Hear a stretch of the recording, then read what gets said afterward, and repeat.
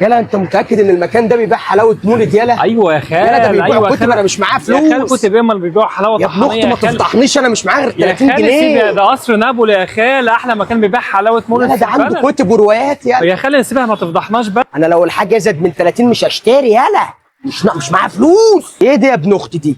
دي حصاله ولا علبه سمنه؟ انا جايبك تشرفني، ما تفضحنيش. شرفك وانا وزير البيئه. ايه دي يا ابني؟ دي علبه فاي بي يا خال. مكان فخم. ايه ده؟ عاملها حب. اتفضل يا باشا، مكانك يا الواد باشا. ابن اختي عندكم هنا حلاوه مولد؟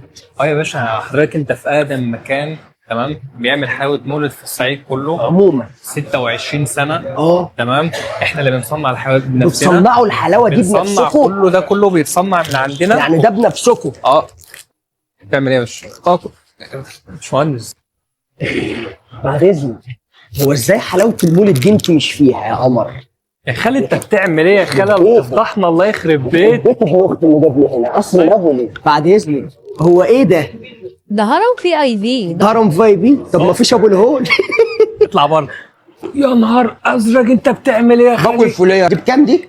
900 جنيه يا خال. يا ام محمد، الواد ابن اختي جايبني مكان فخم فخفخينه بيعمل حلاوه مولد اسمه قصر نابولي. عندهم حلويات غاليه فخمه يا خالي ما تفضحناش، انت بتعمل ايه يا خال؟ فخمه يا خالي تعالى هنا، خد يا خالي. عندهم فاي بيدو. لا ده المكان بيعمل حلويات في مصر. بيتك تعالى يا خال. موجودين في كل الصعيد، منيا، سوهاج، القصيه، ملاوي، كل حته. اسيوط عندهم اكتر من فرع. اسرق لك علبتين واجيبهم لك. اسرق لك، بحبك يا ام محمد.